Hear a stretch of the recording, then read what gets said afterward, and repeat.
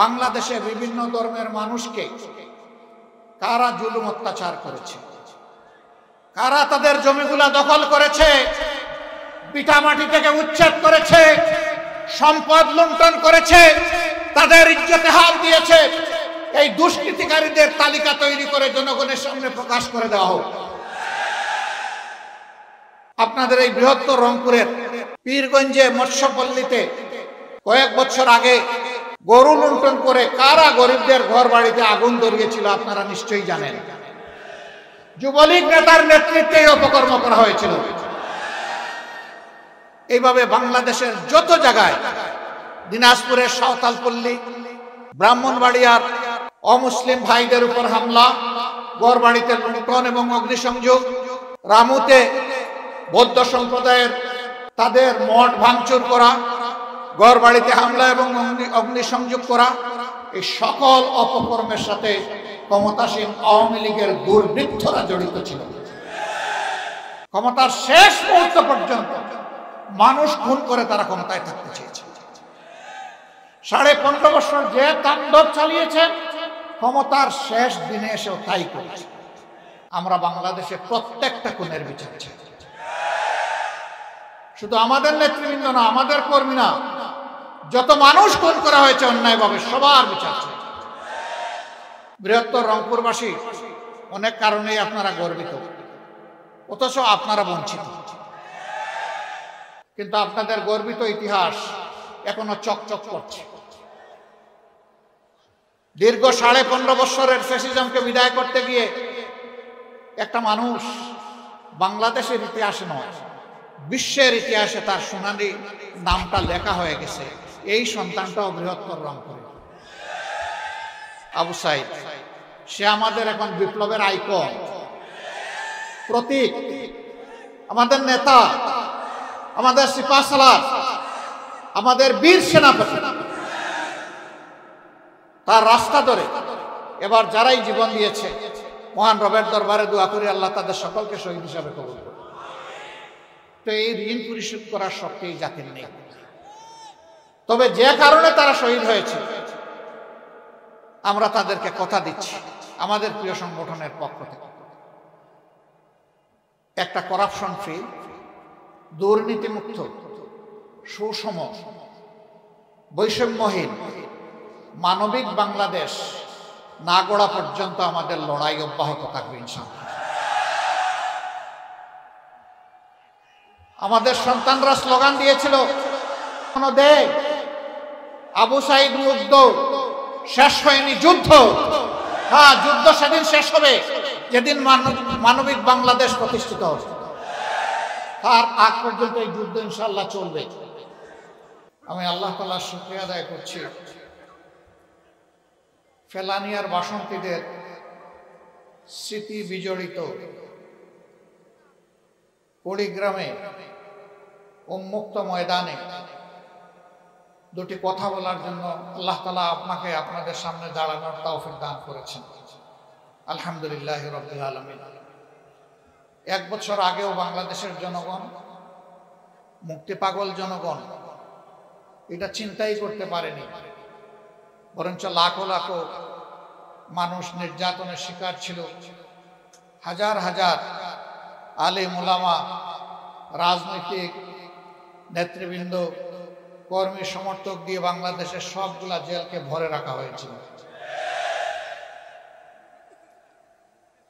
2006 সালের 28 অক্টোবর লগি বইটার তাণ্ডব চালিয়ে বাংলাদেশের রাজধানী ঢাকায় স্পষ্ট দিবালুকে, 0 পয়েন্টের কাছাকাছি পল্টন ক্রসিংয়ে আল্লাহ তাআলার বান্দা 6 জন নিরীহ মানুষকে সেদিন হত্যা করা হয়েছিল।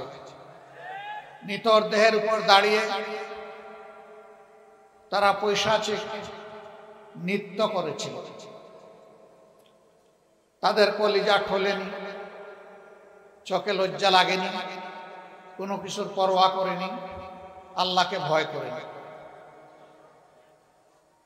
পরবর্তী পর্যায়ে তারা দেশকে অস্থির করেছিল। তাদের কারণেই 1-11 তৈরি হয়েছিল। মঈনুদ্দিন ফখরুদ্দিনরা ক্ষমতায় এসেছিল দুর্নীতির বিরুদ্ধে জিহাদ করার ঘোষণা দিয়ে।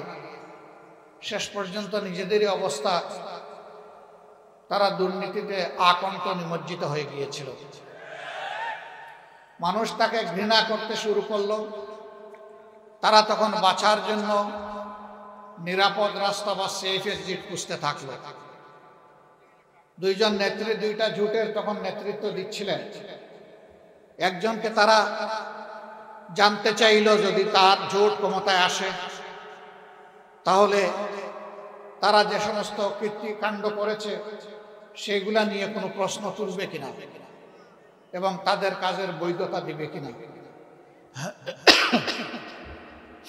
তিনি জবাব দিয়েছিলেন, জনগণের ম্যান্ডেটে নির্বাচিত জনপ্রতিনিধিদের এই সংসদে বসে এই ব্যাপারে সিদ্ধান্ত নেবে। আরেকজনের কাছে গিয়ে বলেছিল, আপনি আমাদেরকে কিভাবে দেখবেন? তিনি বলেছিলেন, আমি তোমাদের কোনো বিষয়ে কোনো প্রশ্ন করব না, তোমাদের সব কিছুর বৈধতা দিব। কাদ্দামা ওয়া আখারা, আগে পরে যা করেছে সব কবুল। তারা তাকেই নিরাপদ মনে করে, তার জোটকে বিভিন্ন মেকানিজমের মাধ্যমে কারিগরি করে ইলেকশন ইঞ্জিনিয়ারিং করে তাকে ক্ষমতায় পাঠিয়েছেন। ক্ষমতায় যাওয়ার আগে বহু সুন্দর সুন্দর কথা বলেছিল, কিন্তু ক্ষমতায় যাওয়ার পরেই তারা আসল রূপে আবির্ভূত হলেন। 2009 সালের 10 জানুয়ারি তারা শপথ নিলেন, সরকার গঠন করলেন। পরের মাসে ফেব্রুয়ারি মাসের 25 এবং 26 তারিখ ঢাকার পিলখানায় বিডিআর সদর দপ্তরে নারকীয় হত্যাকাণ্ডের মাধ্যমে বাংলাদেশ সেনাবাহিনীর, দেশপ্রেমিক সেনাবাহিনীর 57 জন দেশপ্রেমিক, চৌকস, মেধাবী, সাহসী সেনা অফিসারকে হত্যা করার মাধ্যমে তাদের ক্ষমতায় এসে হত্যার যাত্রা শুরু করলেন। একের পর এক জাতির উপরে দুর্বহ বোঝা তারা চাপাতে থাকলেন। ক্ষুধার্ত আওয়ামী লীগ জাতির সম্পদ চুরি করা শুরু করল। সর্বত্র চাঁদাবাজি, লুটপাট, দখলদারি, ঘুষের মাত্রা বাড়িয়ে দিল। তাদের অর্থমন্ত্রী বলল, এটা ঘুষ না, এটা স্পিড মানি। লজ্জা! তাদের শিক্ষামন্ত্রী বলল, আমার মন্ত্রণালয়ে তোমরা ঘুষ খাইবে, কিন্তু একটু কমাইয়া খাইবে। সেই এরা শিক্ষিত নাকি আসলে এরা কুশিক্ষিত, আল্লাহ ভালো জানে। তারা এক পর্যায়ে গিয়ে পরীক্ষিত দেশপ্রেমিক সংগঠন জামাতের দিকে হাত বাড়াল। 2010 সালের 29শে জুন আমাদের 3 জন প্রাণপ্রিয় শীর্ষ দায়িত্বশীল তৎকালীন আমিরে জামাত, সাবেক মন্ত্রী মৌলানা মতিউর রহমান নিজামী, নায়েবে আমির, শুধু বাংলাদেশ নয় সারা বিশ্বে যিনি মানুষকে কোরআনের মানবিক দাওয়াত দিয়ে বেড়াতেন, যাকে কোরআনের পাখি বলা হতো, আল্লামা দিলাওয়ার হোসেন সাঈদী, তৎকালীন সেক্রেটারি জেনারেল সাবেক মন্ত্রী আলী আহসান মোহাম্মদ মুজাহিদ, এই 3 জনকে খোড়া অজুহাতে, মিথ্যা অভিযোগে নির্লজ্জভাবে তারা গ্রেফতার করল। তারপরের মাসে আরো 2 জন সহকারী সেক্রেটারি জেনারেল জনাব মোহাম্মদ কামারুজ্জামান এবং আব্দুল কাদের মোল্লাকে তারা গ্রেফতার করল। তাদের বিরুদ্ধে সাজানো পাঠানো মিথ্যা মামলা, তাদের মন মতো কোর্ট এবং শিখানো মিথ্যা সাক্ষীর মাধ্যমে তাদেরকে সাজা দেওয়ার জন্য আবার শাহবাগে আসর বসানো। যারা শাহবাগী, বাংলাদেশের মানুষ যখন নির্যাতিত হয় তখন তারা চুপ থাকে, কিন্তু যখন তাদের মন মতো কারো উপরে কিছু হয় তখন তারা গর্ত থেকে বের হয়ে এসে চিৎকার শুরু করে।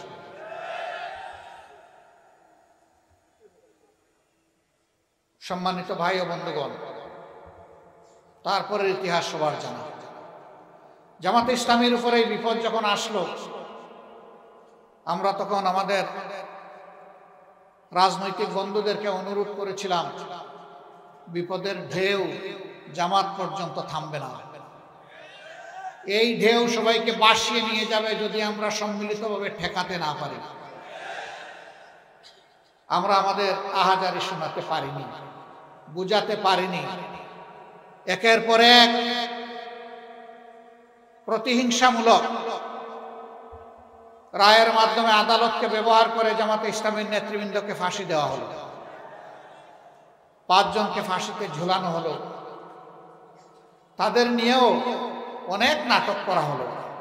একবারের জন্য তারা নথি স্বীকার করেন কিনা, সরকারের কাছে ক্ষমা চান কিনা, প্রাণ ভিক্ষা চান কিনা। আলহামদুলিল্লাহ, যারা আল্লাহর জন্য, মানবতার জন্য লড়াই করে, তারা আল্লাহ ছাড়া কাউকে পরোয়া করে না।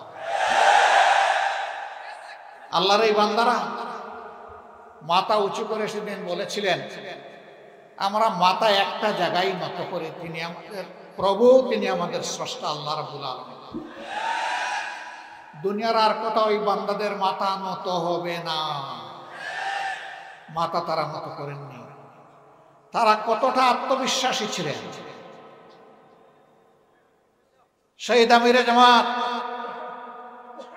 তার পরিবারের সদস্যদেরকে জিজ্ঞেস করছেন, আমি তো মাওলার মুলাকাতে অল্পক্ষণের মধ্যেই হাজির হব, আমার গায়ের পোশাকটা কেমন হওয়া উচিত? আমি কি লঙ্গি পরবো না পাজামা পরবো? পরিবারের সদস্যরা বলছে, পাজামাতেই মাওলার মুলাকাতে আপনাকে ভালো লাগবে। আল্লাহু আকবার। যেমন দায়িত্বশীল তেমন তার পরিবারের সদস্যরা, কালবে সালিম, প্রশান্ত আত্মা। তারা ফাঁসির তখ্তার দিকে এগিয়ে চলেছেন পা পা করে। তাদের ঠোঁটও কাঁপেনি, বুকও কাঁপেনি, পাও নড়েনি। কারণ তারা নিশ্চিত ছিলেন অন্য কোনো কারণে নয়, তাদেরকে দিনের কারণে, মানবতার কারণেই হত্যা করা হচ্ছে। দেশপ্রেমের কারণেই তাদেরকে এই মূল্য দিতে হচ্ছে। যারা দেশকে ভালোবাসে, মানুষকে ভালোবাসে, মৃত্যু তাদের কাছে সকালবেলার চায়ের পেয়ালার প্রিয়। প্রিয় শাহাদতকে তারা ভয় করে না, শাহাদত তাদের কাম্য। তারা সেইভাবেই ফাঁসির তখ্তায় দাঁড়িয়েছিলেন। হাসতে হাসতে তারা মাওলার মুলাকাতে চলে গেছে। আল্লাহ তাআলার দরবারে দোয়া করি, আমাদের এই মাতার তাজ শীর্ষ দায়িত্বশীল বৃন্দ সহ তাদের যত সহকর্মীদেরকে খুনিরা, ফ্যাসিস্টরা হত্যা করেছে, আল্লাহ তাদের সকলকে মকবুল শহীদ হিসাবে কবুল করুন। শাহাদতের সর্বোচ্চ মর্যাদা আল্লাহ তাদেরকে এনায়েত করে। সম্মানিত ভাইরা, বাংলাদেশকে স্বাধীনতার পক্ষ বিপক্ষ করে টুকরা টুকরা করা হয়েছে। কার জন্য? একটা বিভক্ত জাতি কখনো সত্যিকারের মর্যাদাবান জাতি হতে পারে না। একটা ঐক্যবদ্ধ জাতিকে এই দুনিয়ার মানুষ সম্মান করে, শ্রদ্ধা করে। তাহলে কার জন্য এই জাতিকে বিভক্ত করা হয়েছে? আবার সমাজে ধর্মের ভিত্তিতে মেজরিটি মাইনরিটি তৈরি করা হয়েছে। তারা যাদেরকে মাইনরিটি বলতেন, আমরা তাদেরকে মাইনরিটি বলি না, আমরা বলি তারা আমাদের ভাই। আল্লাহ তাআলা এই দেশে আমাদেরকে যেমন জন্ম দিয়েছেন, তাদেরকেও তেমন জন্ম দিয়েছেন। বাংলাদেশের সংবিধান সবাইকে ইকুয়াল রাইট দিয়েছে, অধিকার দিয়েছে। সুতরাং আমরা যেমন এদেশের গর্বিত নাগরিক, তারাও এদেশের গর্বিত এবং মর্যাদাবান নাগরিক। আমরা ভিন্ন চোখে কাউকে দেখতে চাই না। আমরা ধর্মের ভিত্তিতে বিভাজনকে মনে করি এটা শোষণের হাতিয়ার। তাই হয়েছে। 53 বছর আওয়ামী লীগ যাদেরকে মাইনরিটি বলে মুখে ফেনা তুলেছে আর মায়া কান্না করেছে, আমি আল্লাহর উপর ভরসা করে বলছি, আমার বিবেকের দায়বোধের জায়গা থেকে বলছি, আজকে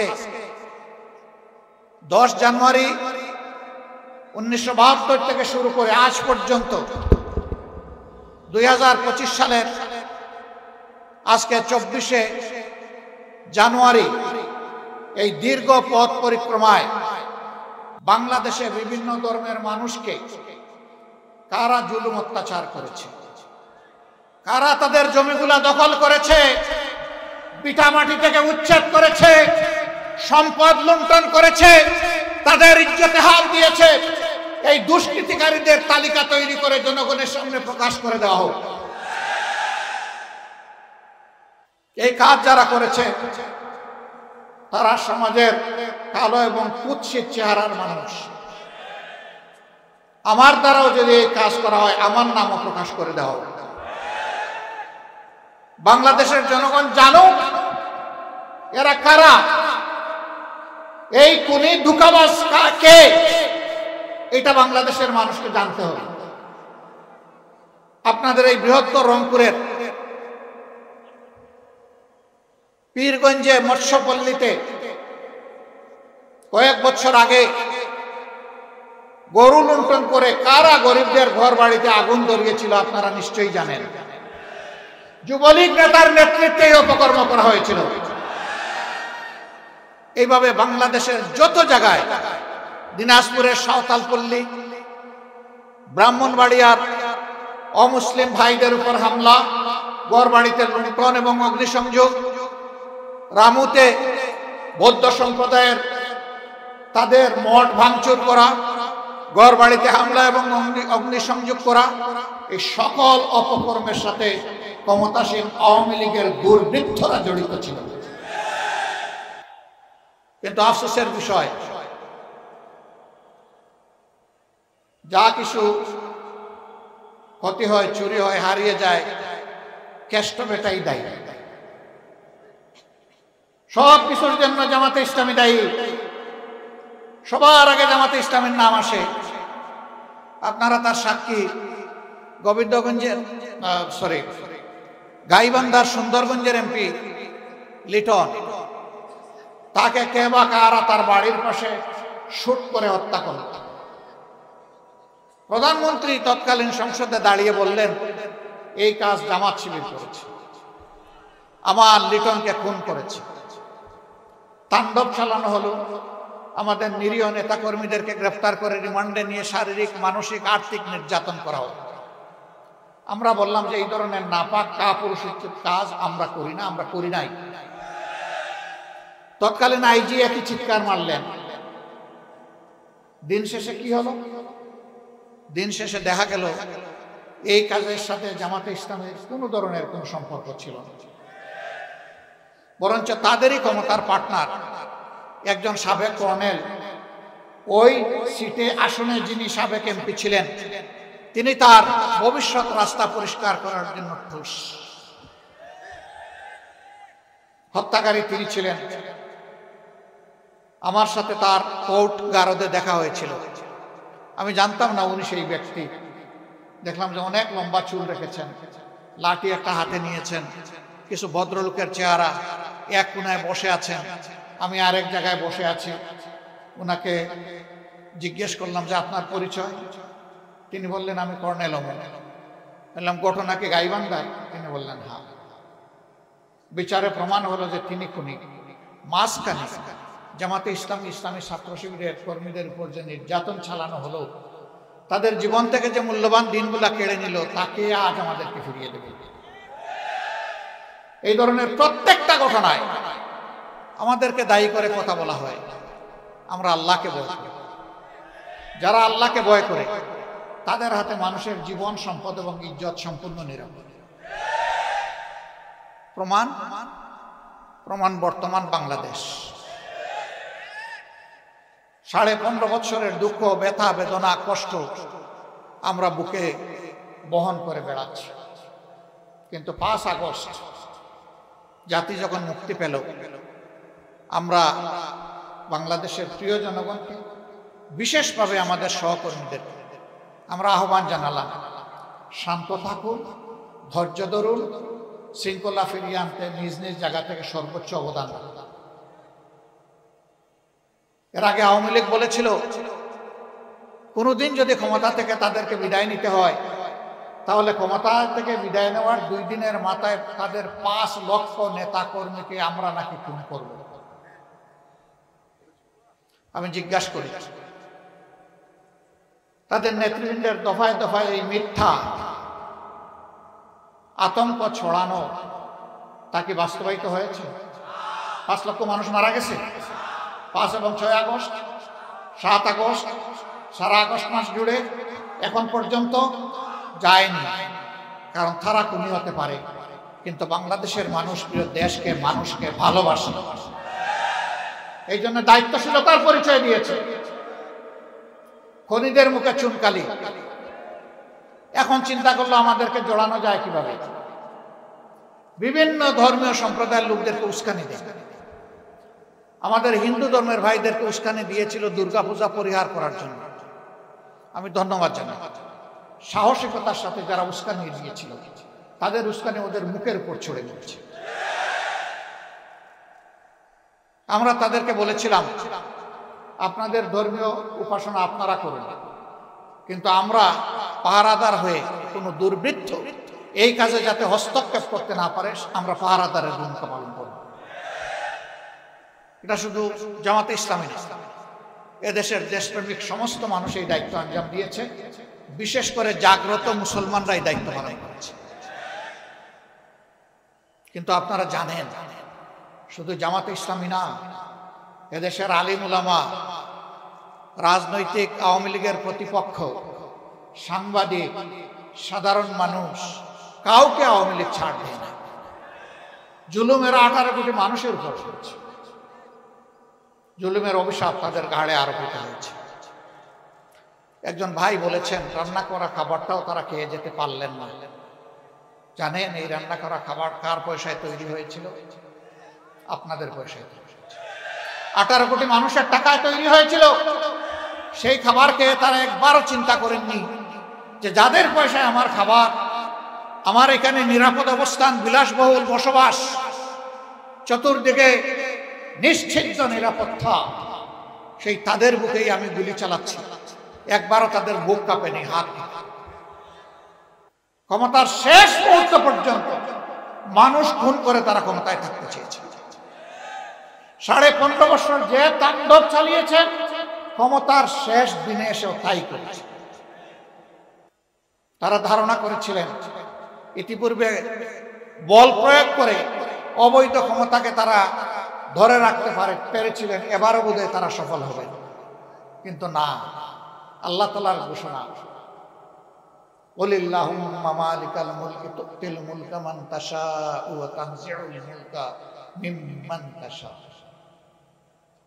আল্লাহ যাকে চান ক্ষমতা দিয়ে সুযোগ দেন। দেখি আমার বান্দাদের প্রতি তোমরা, আল্লাহু ইয়া'মুরুকুম বিল আদলি ওয়াল ইহসান, তোমরা ক্ষমতা পেলে মানুষের উপর ন্যায় বিচার করো কিনা, সদাচরণ করো কিনা, মানুষকে মানুষ হিসাবে ভালোবাসো কিনা, মানুষকে সম্মান করো কিনা। যারা এই কাজ করে আল্লাহ তাদের ক্ষমতাকে পাকাপোক্ত করে, আল্লাহ তাদেরকে সাহায্য করেন জমিন থেকে, আল্লাহ পাক সাহায্য করেন আসমান থেকে। আর যারা এর বিরুদ্ধে চলে যায়, মানুষের উপর জুলুম অত্যাচার করে, অবিচার অনাচারে দেশকে ভরে দেয়, সমাজকে ধ্বংস করে, মানুষের ইজ্জত লুণ্ঠন করে, দর্শনের সেঞ্চুরি পালন করে, আল্লাহ তাআলার লানত তাদের উপরে আসে এবং আল্লাহ তাদের থেকে ক্ষমতা কেড়ে নেয়। ক্ষমতা কারো ইজ্জতের বাহন হতে পারে না। ইজ্জতের বাহন হবে আপনার সৎ চরিত্র, আমানতদারিতা, মানবিক মূল্যবোধ। এই জন্য আল্লাহ বলছেন তুইজ্জু মান তাশাউ ওয়া তুযিল্লু মান তাশাউ বিয়াদিকাল খায়র। সমস্ত কল্যাণ অকল্যাণ, ভালো মন্দ, ইজ্জত বেইজ্জতি সবকিছু আল্লাহর হাতে। ইন্নাকা আলা কুল্লি শাইইন কাদির। সম্মানিত ভাইয়েরা, আমরা ধৈর্য ধরেছি, ধৈর্য আরো ধরব ইনশাআল্লাহ। এই দেশকে আমরা ভালোবাসি, দেশের মানুষকে ভালোবাসি। ওরা তো সব শেষ করে গেছে। উন্নয়নের নামে আমাদের সমস্ত সম্পদ চুরি করে বিদেশে নিয়ে গেছে। ওরা গেছে, পরে সম্পদ পাঠাই দিছে আগে। ওরা 2,26,000 কোটি টাকা বাংলাদেশ থেকে চুরি করে নিয়েছে। সরি, 26 লক্ষ কোটি টাকা বাংলাদেশ থেকে চুরি করে নিয়েছে। যদি এটাই তাদের দেশ হতো তাহলে দেশের টাকা কেউ কি বিদেশে চুরি করে, পাচার করে, পাঠায় না। এটা ছিল তাদের জমিদারি, এখান থেকে খাজনা আদায় করবে, আর দেশ তাদের এই দেশের বাইরে। কোথায় কোথায় আমাদের হাতে টিকিট ধরাই দিত, অমুক দেশে চলে যাও, তমুক দেশে চলে যাও। তোমাদের টিকিট জাতি ঘৃণা করে প্রত্যাখ্যান করেছে, তো তোমরা বিনা টিকিটে অন্য দেশে গেলা কেন? এ কাজটা তো ভালো করলাম না তোমরা। এই দেশে যদি তোমাদের দেশ হয়, মাটি কামড়ে পড়ে থাকতে হয় এবং প্রমাণ করতে যে তোমরা দোষী বা নির্দোষ। তা তো পারলা না, কারণ পাপের বোঝা যখন ভারী হয়, জাহাজ যখন ঘরে যায়, তখন আর দেশের মানুষকে বিশ্বাস করতে পারে না। তাই হয়েছে। আমরা পিছনকে পিছনেই ফেলে দিতে চাই, এখন জাতির সামনে আগাতে চাই। জাতিকে সামনে আগাতে হলে এই জাতির মধ্যে সীসা ডালা প্রাচীরের ঐক্য লাগবে। আমি বিনয়ের সাথে নিপীড়িত, নির্যাতিত 15টা বৎসর যাদের কর্মীরা, নেতারা জীবন দিয়েছেন, পঙ্গুত্ব বরণ করেছেন, ঘর ছাড়া বাড়ি ছাড়া হয়েছেন, বিভিন্নভাবে কষ্ট ভোগ করেছেন, অসংখ্য মামলায় দফায় দফায় জেলে গিয়েছেন, রিমান্ডে নিয়ে বেইজ্জত করা হয়েছে, কষ্ট দেওয়া হয়েছে। তাদের কাছে হাত জোড় করে বিনয়ের সাথে অনুরোধ করব, এমন কোনো হঠকারী কাজ কালাম আমরা যেন কেউ না করি যার কারণে আমাদের জাতীয় ঐক্য নষ্ট হয়। আমরা যেন কেউ চুরি চামারি না করি, চাঁদাবাজি না করি, দখল বাণিজ্য না করি, ঘুষের ভাগ না বসাই, মামলা বাণিজ্য না করি, এবং ফ্যাসিজম ফিরে আসে, ফ্যাসিস্টকে আমরা যেন কোনো ধরনের আশ্রয় প্রশ্রয় না দেই। আমরা প্রতিহিংসার পক্ষে না, কিন্তু আল্লাহ রসুল মক্কা বিজয়ের সময় মক্কার সমস্ত দুষ্কর্মকারীদেরকে ক্ষমা করে দিয়েছিলেন। একটা অপরাধ ছিল, তিনি বলেছিলেন আজকে সাধারণ ক্ষমা ঘোষণা করা হবে, কিন্তু যারা নিরীহ মানুষকে খুন করেছে তাদের 10 বা 13 জনের নাম উল্লেখ করে বলেছিলেন এদেরকে যেখানে পাওয়া যাবে ওখানেই খুন করা হবে। খুন কখনো মাফ হয় না। আমরা বাংলাদেশে প্রত্যেকটা খুনের বিচার চাই, শুধু আমাদের নেতৃবৃন্দ না, আমাদের কর্মী না, যত মানুষ খুন করা হয়েছে অন্যায়ভাবে সবার বিচার চাই। বৃহত্তর রংপুরবাসী অনেক কারণেই আপনারা গর্বিত, অথচ আপনারা বঞ্চিত। এই রৌমারের বড়াই বাড়িতে যে যুদ্ধটা আপনারা রাতের অন্ধকারে করে শিক্ষা দিয়েছিলেন, সেই শিক্ষার প্রতিশোধ নেওয়া হয়েছিল বিডিআরের পিলখানায়। কিন্তু আপনাদের গর্বিত ইতিহাস এখনো চকচক করছে। দীর্ঘ 15.5 বছরের ফ্যাসিজমকে বিদায় করতে গিয়ে একটা মানুষ বাংলাদেশের ইতিহাসে নয়, বিশ্বের ইতিহাসে তার সোনালী নামটা লেখা হয়ে গেছে। এই সন্তানটাও বৃহত্তর রংপুরে। এর নাম কি? আবু সাইদ। সে আমাদের এখন বিপ্লবের আইকন, প্রতীক, আমাদের নেতা, আমাদের সিপাহসালার, আমাদের বীর সেনাপতি। তার রাস্তা ধরে এবার যারাই জীবন দিয়েছে, মহান রবের দরবারে দোয়া করি আল্লাহ তাদের সকলকে শহীদ হিসাবে কবুল করুন। যারা পঙ্গু হয়েছে তাদেরকে আমরা যেন গর্বের সাথে সম্মান করতে পারি, শ্রদ্ধার সাথে বুকে ধারণ করতে পারি। শহীদ এবং পঙ্গু সকলের কাছে আমরা কৃতজ্ঞ, কিন্তু এই ঋণ পরিশোধ করার শক্তি এই জাতির নেই। তবে যে কারণে তারা শহীদ হয়েছে আমরা তাদেরকে কথা দিচ্ছি আমাদের প্রিয় সংগঠনের পক্ষ থেকে, একটা করাপশন ফ্রি, দুর্নীতিমুক্ত, সুষম, বৈষম্যহীন, মানবিক বাংলাদেশ না গড়া পর্যন্ত আমাদের লড়াই অব্যাহত থাকবে ইনশাআল্লাহ। আমাদের সন্তানরা স্লোগান দিয়েছিল দেয় আবু সাইদ মুগ্ধ, শেষ হয়নি যুদ্ধ। হ্যাঁ, যুদ্ধ সেদিন শেষ হবে যেদিন মানবিক বাংলাদেশ প্রতিষ্ঠিত হবে। তার আগ পর্যন্ত এই যুদ্ধ ইনশাআল্লাহ চলবে।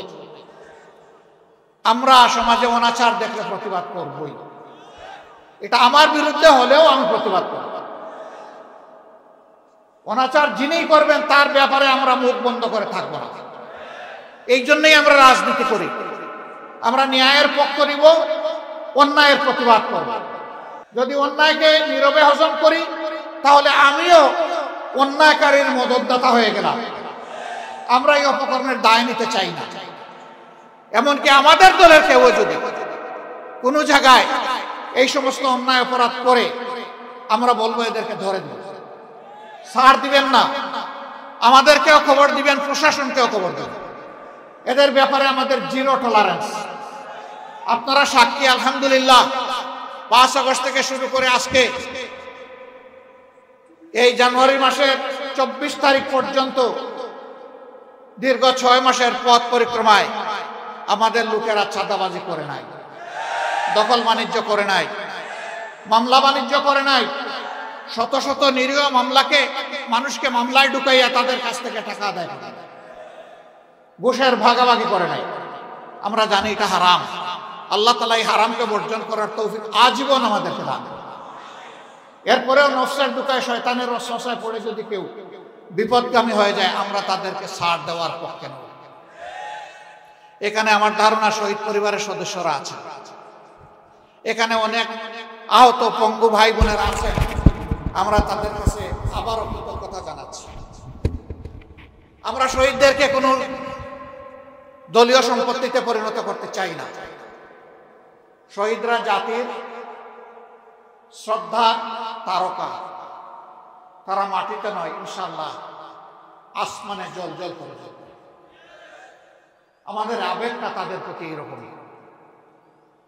আল্লাহ তাআলা এই সম্মানবোধটা এই জাতিকে, এই শহীদদের প্রতি দেওয়ার তৌফিক দান করুন। বিনয়ের সাথে বলবো, সবাইকে বলবো, মেহেরবানি করে শহীদদের আকাঙ্ক্ষার বিপরীতে যায় এমন কাজ কেউ দয়া করে করবেন না।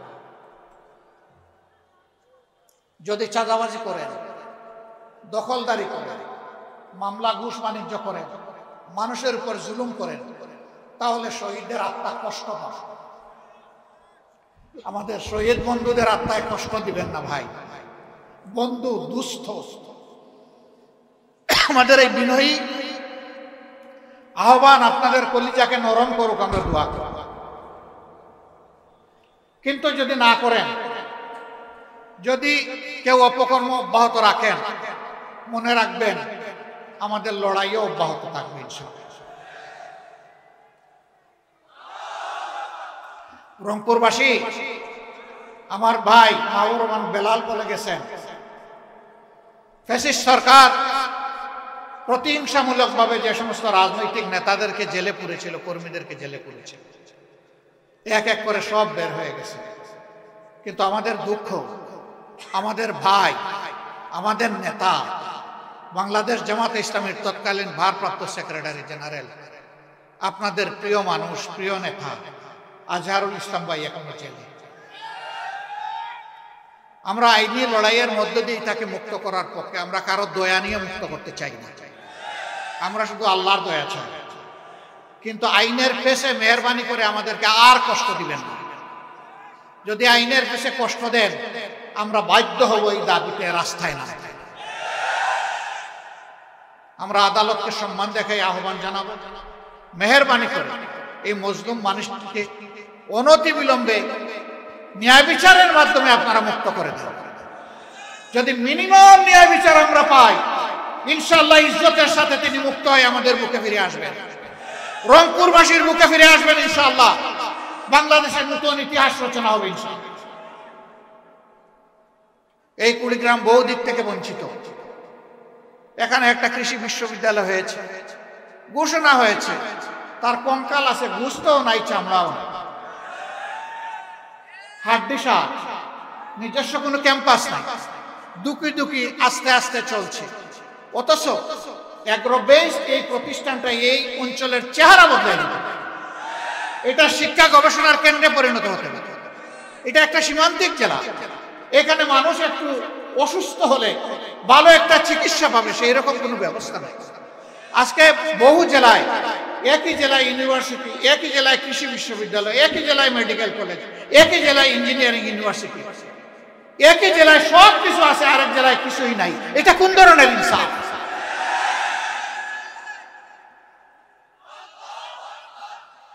বৃষ্টি শুরু হলে ঢাকায় আমরা বসি, আমাদের মুখ দুরু দুরু করে কাঁপে, আমরা আতঙ্কে থাকি কোন সময় খবর আসবে তিস্তা পাড়ের লোকদের এই অবস্থায়, দুর্দশা সব বাসকে নিয়ে যাচ্ছে। কেন এটা স্থায়ী সমাধান হলো না? স্বাধীনতার অর্ধ শতাব্দীর ঊর্ধ্বে চলে গেল, কিন্তু এই দুঃখ গুছানো হলো না কেন? বুটের সময় এসে বাবা ডাকবেন, আর কেয়া পার হয়ে গেলে শালারও মর্যাদা দিবেন না। এই ধরনের দুষ্ট রাজনীতি পরিহার করতে হবে।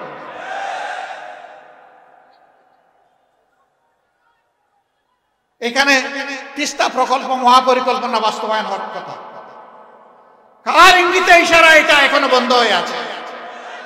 কেন কাজ এখনো শুরু হলো না? বাংলাদেশের জনগণ অবশ্যই তা জানার অধিকার রাখে। ফ্যাসিস্ট সরকারের কারণে এটা হয় নাই। যদি সেই প্রকল্প বাস্তবায়ন হয়, তাহলে বর্ষা আসলেই আমাদের বুক আর দূর দূর করে কাঁপবে না। আমরা আশা করি এই দেশের এই এলাকার মানুষ স্বস্তিতে থাকবে। সম্মানিত ভাই ও বন্ধুগণ, এই ধরনের অনেকগুলো ন্যায্য দাবি আপনাদের আছে। এই এলাকায় আমার ভাই সালেহি বলে গেছে, 100-র মধ্যে 71 জন মানুষ দরিদ্র সীমার নিচে বসবাস করে। তারা এমনকি গুনাহ করেছেন, পাপ করেছেন, যে বাংলাদেশের অংশ হয়েও তাদের ভাগ্যের সামান্য কোনো পরিবর্তন হবে না। তাদের নিয়ে কি পরিকল্পনা? আমরা পরিষ্কার বলতে চাই, আল্লাহ যদি আপনাদের ভালোবাসা শিখতে হয়ে, দেশবাসীর ভালোবাসা শিখতে হয়ে আমাদের উপর মেহেরবানি করেন, আর যদি এই দেশের খেদমতের দায়িত্ব দেন, ইনশাআল্লাহ তাআলা লাজিম প্রেসিডেন্ট, প্রধানমন্ত্রীর মুখ দেখে কোনো এলাকার উন্নয়ন হবে না। জনগণের ন্যায্য প্রয়োজনকে বিবেচনায় নিয়ে সমন্বিত সুষম উন্নয়ন হবে ইনশাআল্লাহ। সম্পদ যা আল্লাহ দিবেন তার সদ্ব্যবহার হবে সততা এবং ইনসাফের ভিত্তিতে।